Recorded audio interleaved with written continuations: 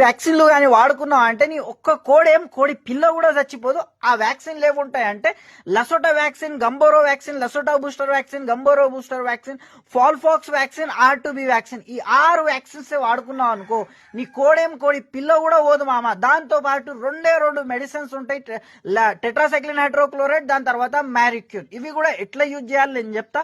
First అయితే లసోటా vaccine చూడు 7వ రోజు ఇస్తావు, దాని తర్వాత గంబోరో వ్యాక్సిన్ వచ్చేసి 14వ రోజు ఇస్తావు, దాని తర్వాత లసోటా బూస్టర్ వ్యాక్సిన్ వచ్చేసి 21 రోజు ఇస్తావు, గంబోరో బూస్టర్ వచ్చేసి 28 రోజు ఇస్తావు, 28 డే పిల్ల ఏజ్ అంటున్నా 28 రోజు.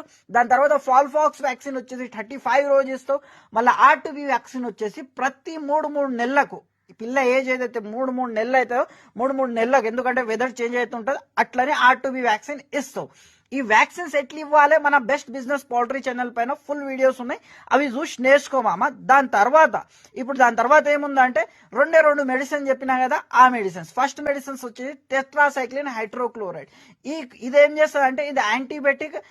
ఎట్లా అంటే జర వెదర్ చేంజ్ అయినప్పుడు పిల్లలు కానీ కోళ్ళు కానీ సుస్తు కాకుండా ఉంచుతుంది. అందుకోసమే 4 లీటర్ల వాటర్లలో 1 గ్రామ్ టెట్రాసైక్లిన్ హైడ్రోక్లోరైడ్ కలిపి పిల్లలకు తాగే నీళ్ళలో ఇచ్చేది. దాని తర్వాత మ్యారిక్యూన్, ఇది సర్ది నుంచి జ్వరం నుంచి కాపాడుతుంది.